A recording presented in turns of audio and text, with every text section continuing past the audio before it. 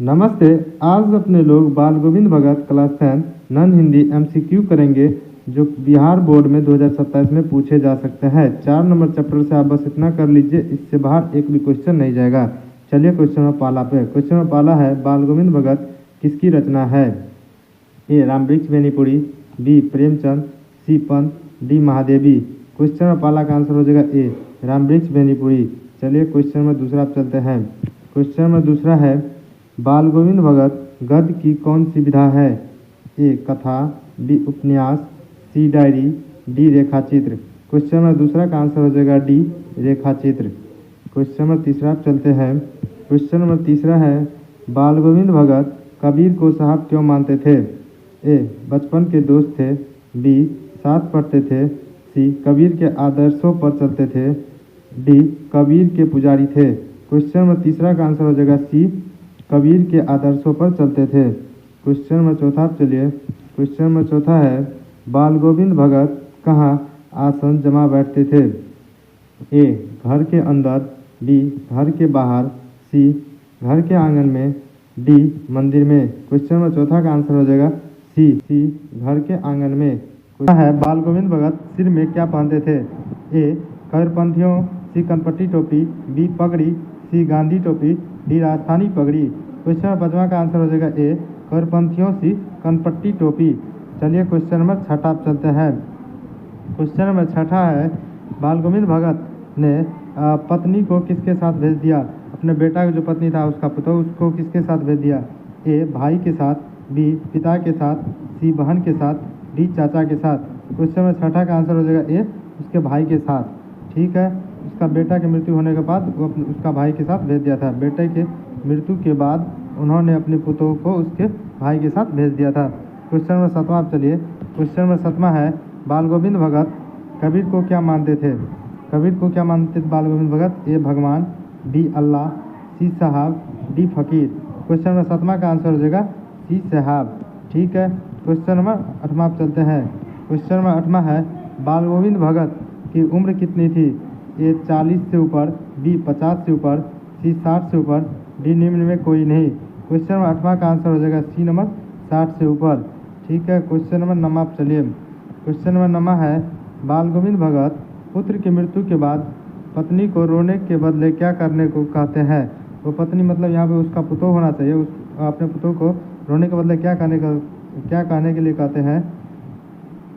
ए खुशी मनाने को, बी नाचने को, सी गाने को, डी उत्साह मनाने को। क्वेश्चन नंबर नंबर का आंसर हो जाएगा डी उत्साह मनाने को। ठीक है, क्वेश्चन नंबर 10वां चलते हैं। क्वेश्चन नंबर 10वां है, बाल गोविंद भगत अपने खेत की सिंचाई कहाँ करते थे? ए कबीरपंथी मठ में, बी हनुमान मंदिर में, सी शिवालय में, डी अनाथालय में। क्वेश्चन नंबर 10वां का आंसर हो जाएगा ए कबीरपंथी में। चलिए क्वेश्चन नंबर 11 पर चलते हैं। क्वेश्चन नंबर 11 है, बाल गोविंद भगत का बेटा ए बुद्धिमान था, बी मूर्ख था, सी मोटा था, डी दुबला पतला था। क्वेश्चन नंबर 11 का हो जाएगा बी नंबर मूर्ख था। क्या था बाल गोविंद भगत का बेटा? मूर्ख था। क्या लिखा हुआ है आप यहाँ पर व्याख्या में पढ़ सकते हैं। पाठ के अनुसार उसका बेटा सुस्त और कम बुद्धि मूर्ख था। क्वेश्चन नंबर 12 चलिए। क्वेश्चन नंबर 12 है, बाल गोविंद भगत पेशा से क्या थे? ए कवि, बी संत, सी गृहस्थ, डी फकीर। क्वेश्चन नंबर 12 का आंसर हो जाएगा सी नंबर गृहस्थ व्यक्ति थे, उसका घर परिवार था।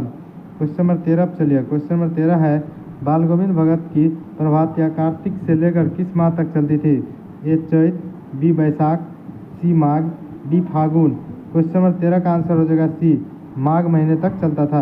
क्वेश्चन नंबर 14 चलिए। क्वेश्चन नंबर 14 है, बाल गोविंद भगत अपने सिर पर छोटा कौन सा वस्त्र रखते थे?